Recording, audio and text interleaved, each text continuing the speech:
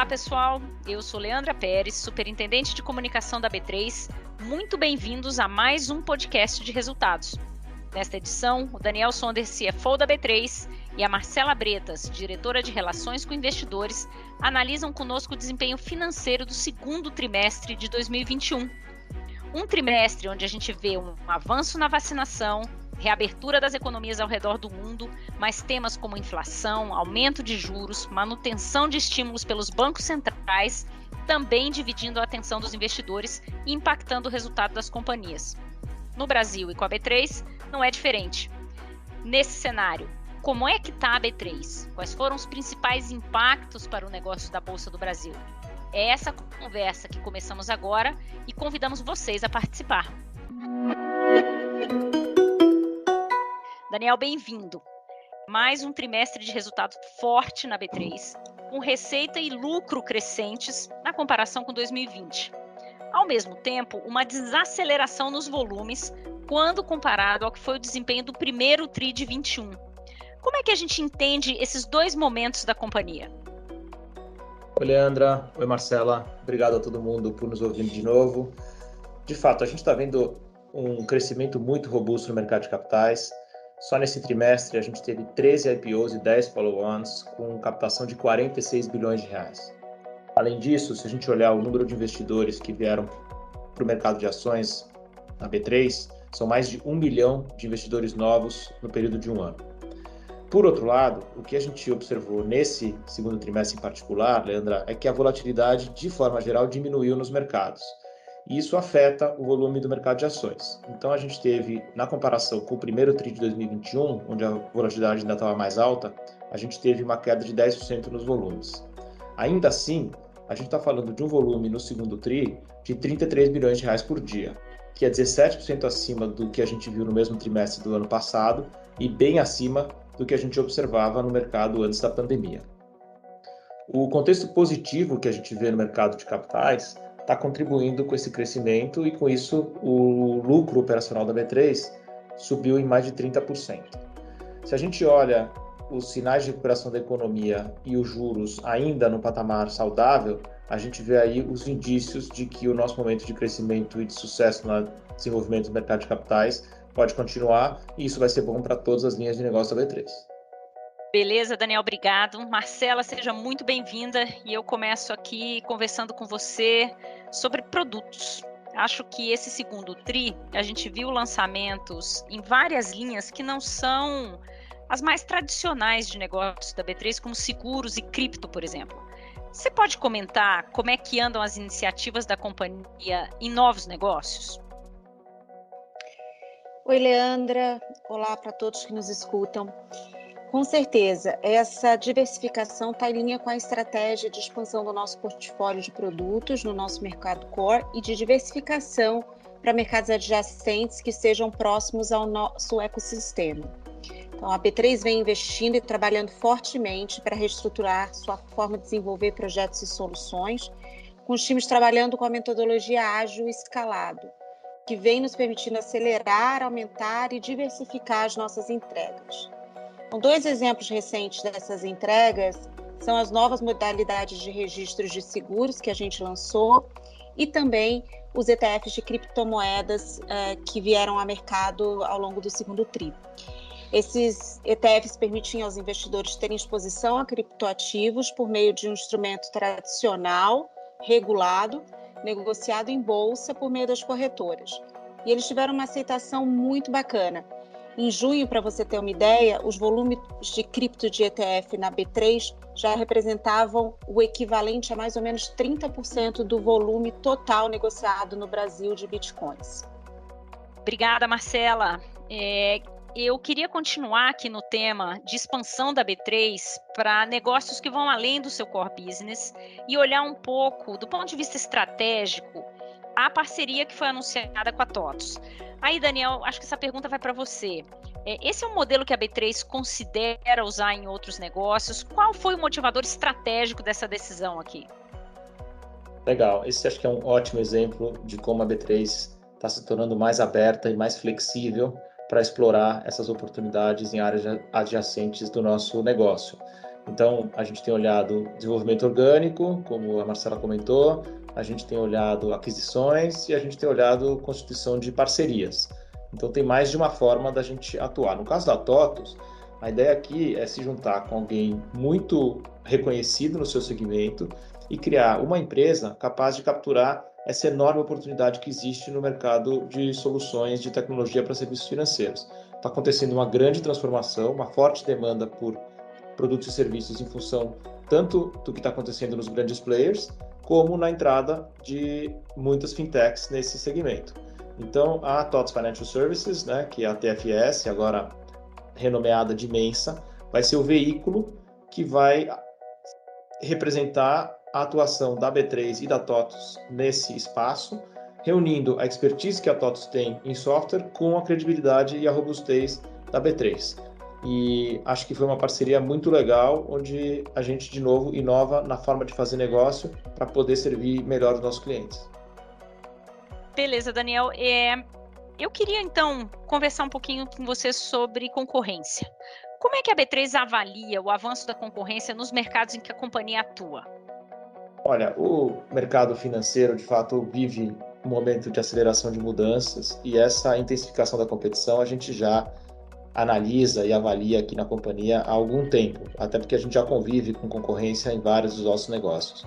Então, a nossa estratégia, em resumo, é ser sempre, cada vez mais, aquela companhia centrada no cliente, que é a escolha dos nossos clientes, porque eles estão satisfeitos e fiéis ao que a gente pode oferecer. Para isso, a gente tem 5 importantes frentes que a gente toca aqui diariamente. O primeiro é ter certeza que a gente tem um relacionamento próximo com os nossos clientes para ouvir e poder se estruturar para atender essas demandas. O segundo é, a partir desse relacionamento, a gente construir um roadmap que reflita as vontades do mercado e ter também a capacidade, como companhia aqui na B3, de colocar esses produtos e serviços no ar, e a Marcela fez referência à metodologia ágil, etc. Em terceiro lugar, a gente tem continuamente melhorado o nosso atendimento operacional no dia a dia, buscando novas soluções para as interfaces que a gente tem com os clientes. Em quarto, a gente precisa manter e temos mantido a nossa excelência tecnológica e operacional. E por último, mas não menos importante, a gente tem trabalhado muito em colocar em uso modelos de tarifação que sejam ao mesmo tempo competitivos e que estimulem mais negócios por parte dos nossos clientes e dos clientes dos nossos clientes. Então a gente acha que se a gente fizer essas 5 coisas bem, a gente vai ter uma posição competitiva extremamente forte e bem-sucedida no longo prazo. Perfeito. Marcela, ainda falando sobre estratégia, mas olhando por um outro prisma. Eu tenho notado uma atuação mais forte da B3 nos temas ligados a ESG, sustentabilidade, diversidade e inclusão. Eu queria que você explicasse qual é o papel que a B3 enxerga como bolsa de valores e também como companhia listada. Perfeito, Leandra. A nossa estratégia em ESG tem 3 frentes de atuação. A primeira delas é induzir boas práticas no mercado para aumentar a transparência, informação e ferramentas que as empresas possam utilizar para aprimorar a sua jornada rumo aos melhores padrões de ESG. Um exemplo recente de como a gente faz isso foi a revisão da metodologia do EASY, que vai permitir que as empresas agora se comparem ao fazerem parte desse índice. A segunda frente de atuação é fortalecer o nosso portfólio de produtos ESG. Então, isso a gente faz por meio da expansão da nossa família de índices ESG disponíveis aos investidores, ou também quando lançamos produtos para desenvolver o mercado de créditos de carbono, por exemplo. E a terceira frente de atuação é fazer a nossa parte como companhia, né, com o nosso apoio de 70 milhões de reais entre 2020 e 2021 para ações sociais voltadas para mitigar os impactos da pandemia e mais quase 30 milhões de reais investidos em esforços e iniciativas de educação financeira, como o nosso hub de educação e a nossa nova área logada para investidor pessoa física. Tem muita coisa legal de ESG na B3, diversidade e inclusão são temas recorrentes no nosso dia a dia e inclusive estão nas metas corporativas da companhia, o que garante o comprometimento total da empresa e dos funcionários em promover as melhores práticas nesse sentido. Perfeito, Marcela, muito obrigada. Daniel, muito obrigada pelo seu tempo. A gente vai chegando aqui ao final do podcast Eu queria agradecer especialmente a você que está nos ouvindo. Lembrando que o áudio está disponível no site de Relações com Investidores da B3 e pode ser compartilhado com qualquer pessoa. Muito obrigada e até o próximo TRI.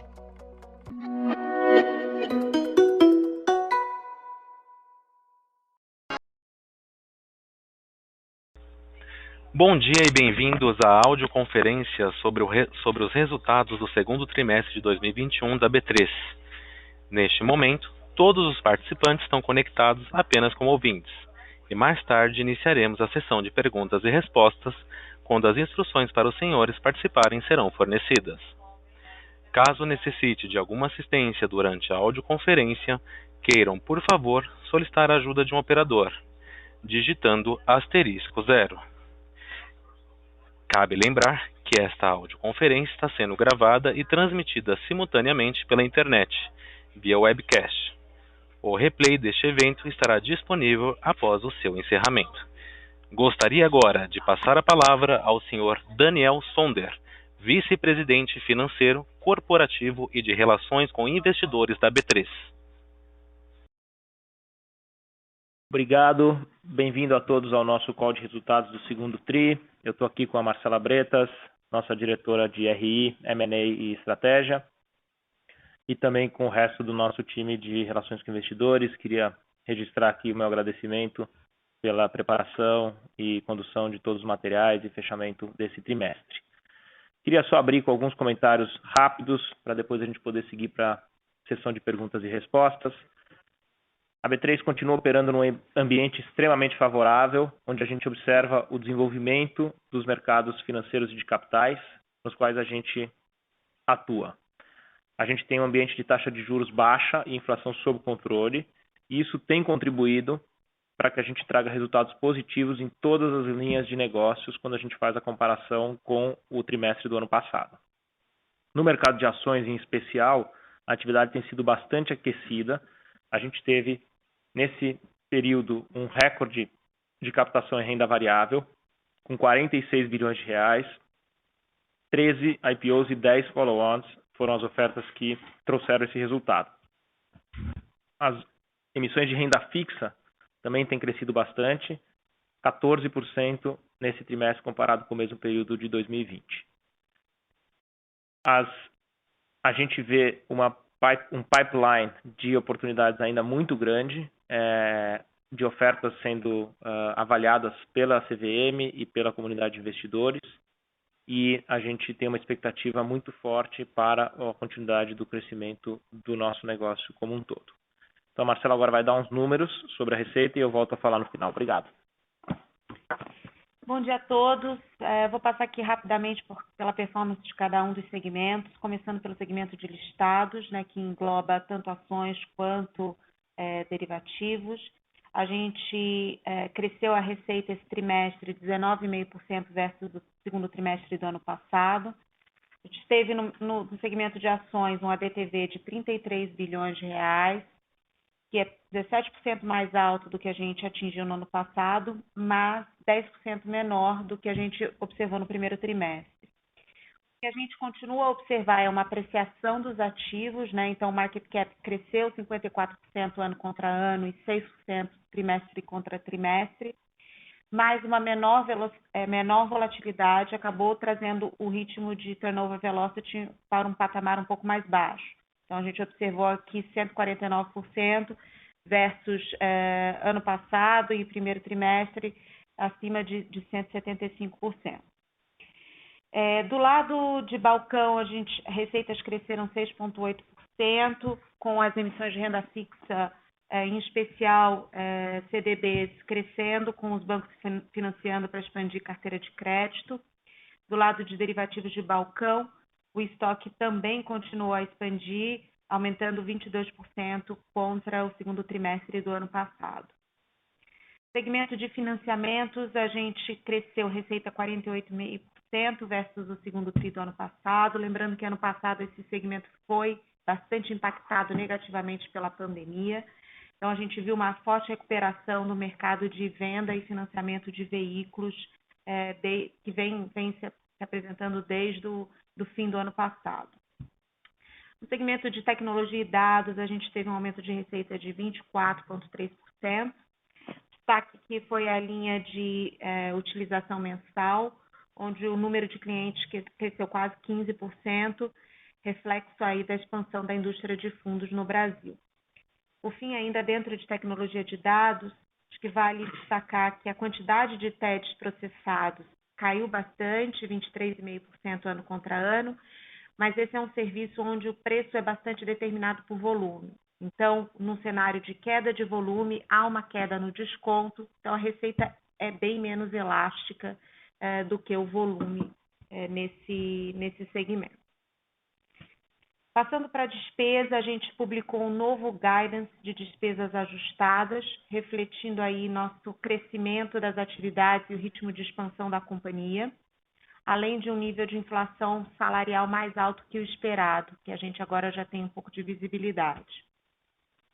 E em maio, a gente também fez uma emissão de 3 bi de reais de debêntures no mercado local, e a gente agora está com uma posição de endividamento de 1,4 vezes dívida bruta sobre o EBITDA dos últimos 12 anos.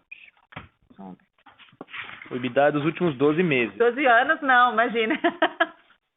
Vamos lá. Eu só queria comentar um pouquinho mais de detalhe a transação que a gente anunciou de parceria com a TOTVS, o investimento na Dimensa, que era a antiga TOTVS Financial Services. A gente está super entusiasmado com essa oportunidade. Eu acho que é um ótimo exemplo de como a B3 tem se tornado mais aberta e mais flexível na execução de oportunidades adjacentes ao nosso negócio, usando diferentes estratégias. A gente entende que tem oportunidades muito legais de crescimento ao redor do nosso ecossistema, onde a gente tem clientes, onde a gente tem conhecimento, onde a gente tem know-how e onde a gente pode aportar valor. E para fazer isso, a gente tem feito tanto o desenvolvimento orgânico, né, de novos negócios aqui dentro, como aquisições e como a constituição de parcerias nessa linha que foi a parceria com a TOTVS para a Dimensa. É uma empresa que está sendo separada, né, da TOTVS e que reúne as atividades da TOTVS no setor de software para o segmento financeiro e tem principalmente uma atividade de soluções para back-office de fundos e carteiras de investimento, atendendo a custodiantes e administradores de todo o mercado, além de um negócio também de core banking e um negócio de cartões de crédito. E um time exitoso, capaz, que agora recebe um aporte de capital relevante da B3 e também uma nova contribuição de novos líderes que estão se juntando ao time, com grande experiência na indústria de software e com experiência também no ecossistema financeiro, com um novo CEO, etc. Então, a gente está muito entusiasmado com isso, achamos que a TOTVS é um parceiro muito legal e que a gente vai realmente conseguir criar uma companhia com uma estratégia vencedora nesse ambiente e destravar muito valor e capturar muitas oportunidades, servindo bem aos clientes que a gente já atende e que eles já atendem. A transação ainda está pendente de aprovação pelos nossos reguladores, mas a gente imagina que tenha isso em breve. E, finalmente, queria me colocar à disposição aqui, também fiz isso agora no call em inglês para quem tiver interesse, mas faço agora em português novamente, para esclarecimentos adicionais a respeito de uma reclassificação de provisão que nós anunciamos nesse balanço com respeito a uma contingência legal de um caso enfrentado pela companhia. Acho que é isso, a gente pode abrir para as perguntas, por gentileza. Senhoras e senhores, iniciaremos agora a sessão de perguntas e respostas de investidores e analistas. Para fazer uma pergunta, por favor, digitem *1. Para retirar a pergunta da lista, digitem *2.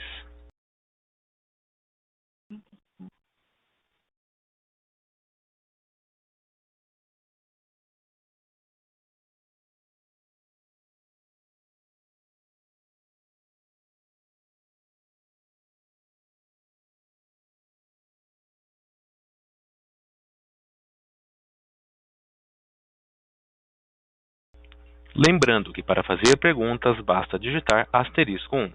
Novamente, para fazer uma pergunta, favor digitar *1.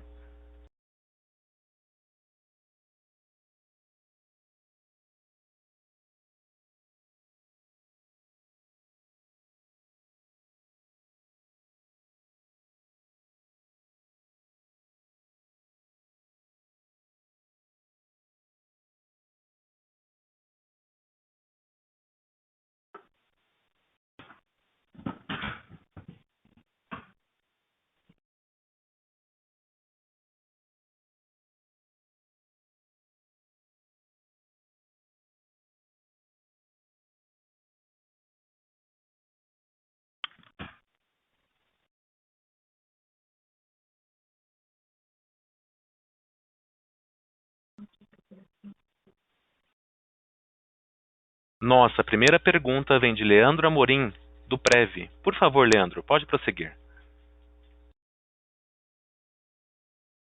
Bom dia, obrigado aí pela oportunidade. Não consegui participar aí do call um pouco mais cedo, mas se vocês pudessem falar um pouquinho dessa questão da dinâmica dos juros, né? Essa elevação aí, apesar de ser um dígito só, como é que vocês estão vendo o impacto aí nessa questão aí de volume dos negócios de vocês?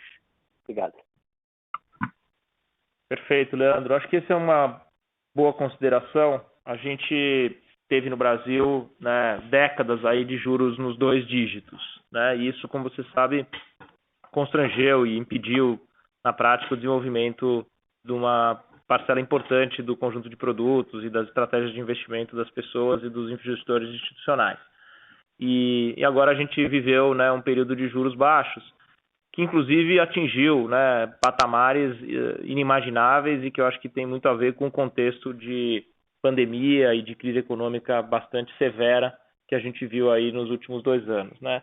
Então, a nossa visão é que o juro, para que o nosso negócio se desenvolva, ele não precisa estar em 2%, ou 2,5% ou 3%. Tá? Eu acho que mesmo num patamar de abaixo de 10%, né? Abaixo aí, não quero dar um número preciso, mas ao redor disso, eu acho que isso já mobiliza, né, suficientemente as pessoas para que elas explorem, né, outras alternativas de postura de risco, que incluem, né, os produtos que a gente oferece aqui na B3, em particular as ações.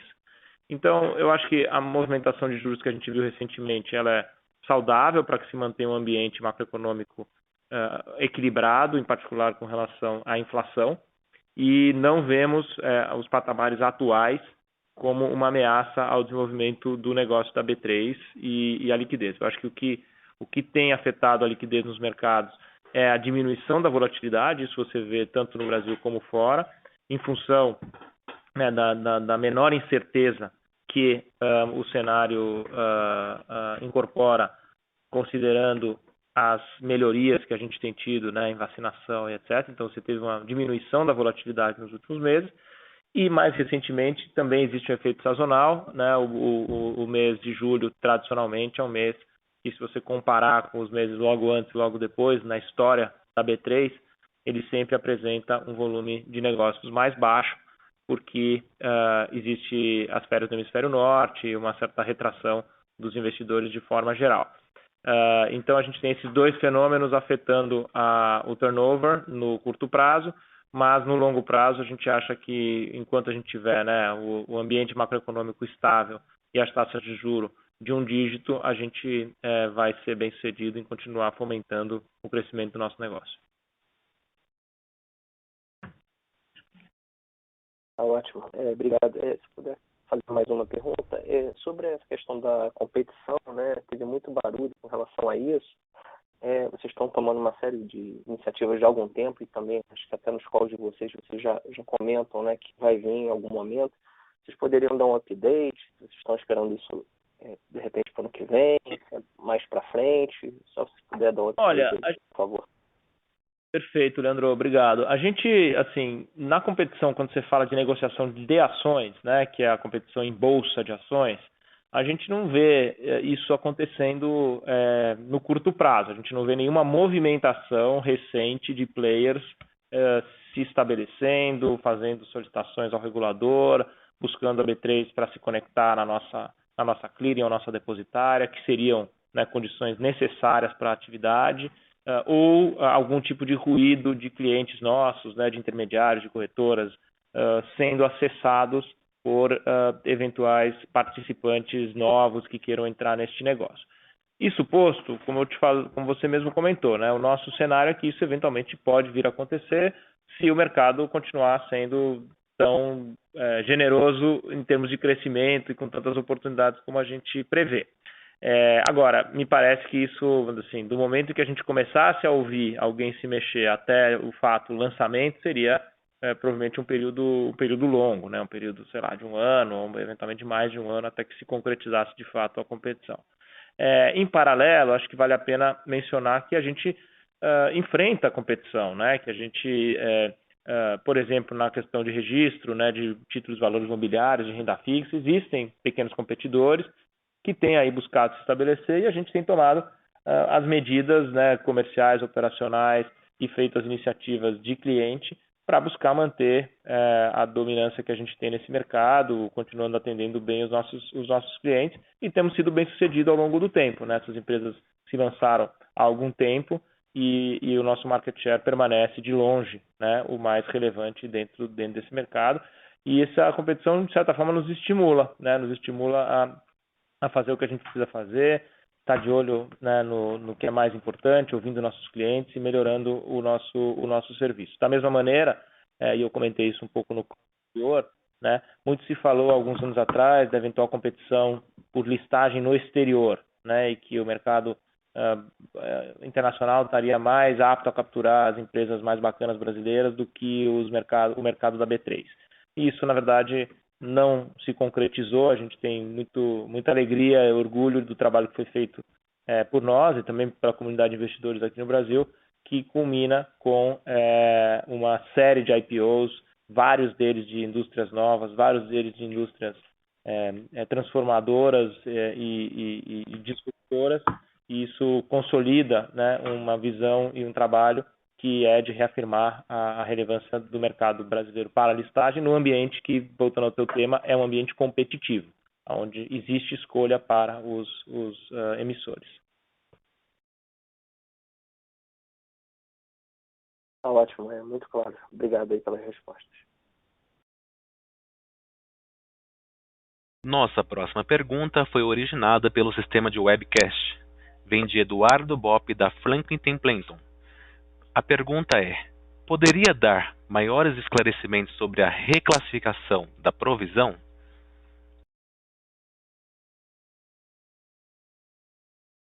Sim, eu posso falar um pouco mais sobre isso. Esse é um caso antigo, né, que a companhia vem acompanhando há bastante tempo, né? Ele é um caso que, pela sua relevância, já era objeto de disclosure pela companhia e a gente adotou sempre uma postura conservadora, e mesmo enquanto a classificação era remota, a gente sempre teve o cuidado, né, de dar a divulgação sobre essa potencial contingência nas nossas demonstrações financeiras e no formulário de referência.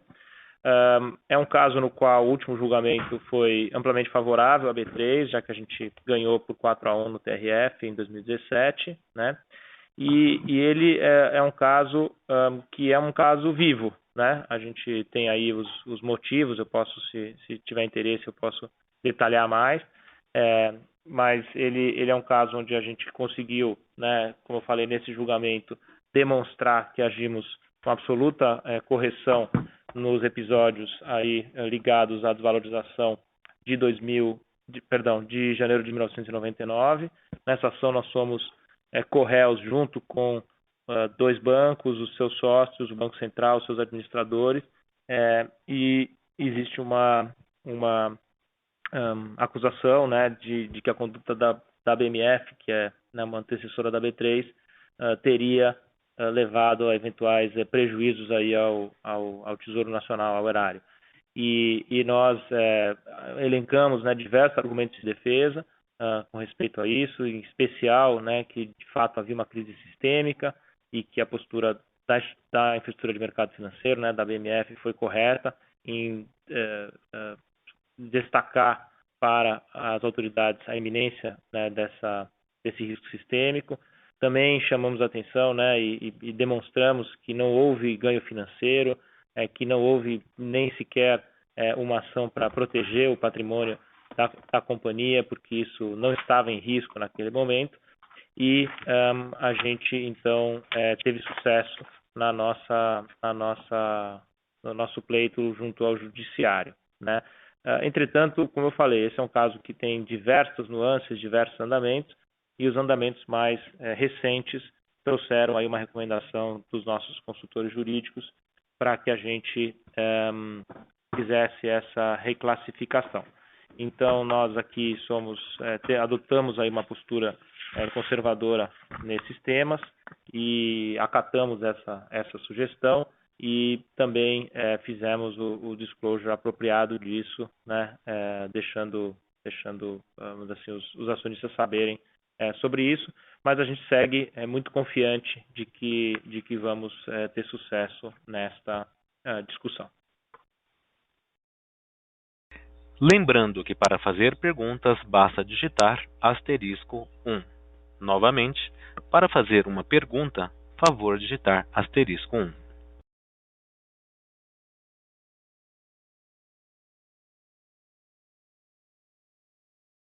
Encerramos neste momento a sessão de perguntas e respostas.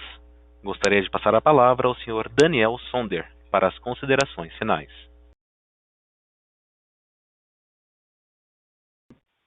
Muito obrigado a todos pela participação. Se vocês tiverem mais perguntas, não hesitem em entrar em contato conosco através do canal de RI.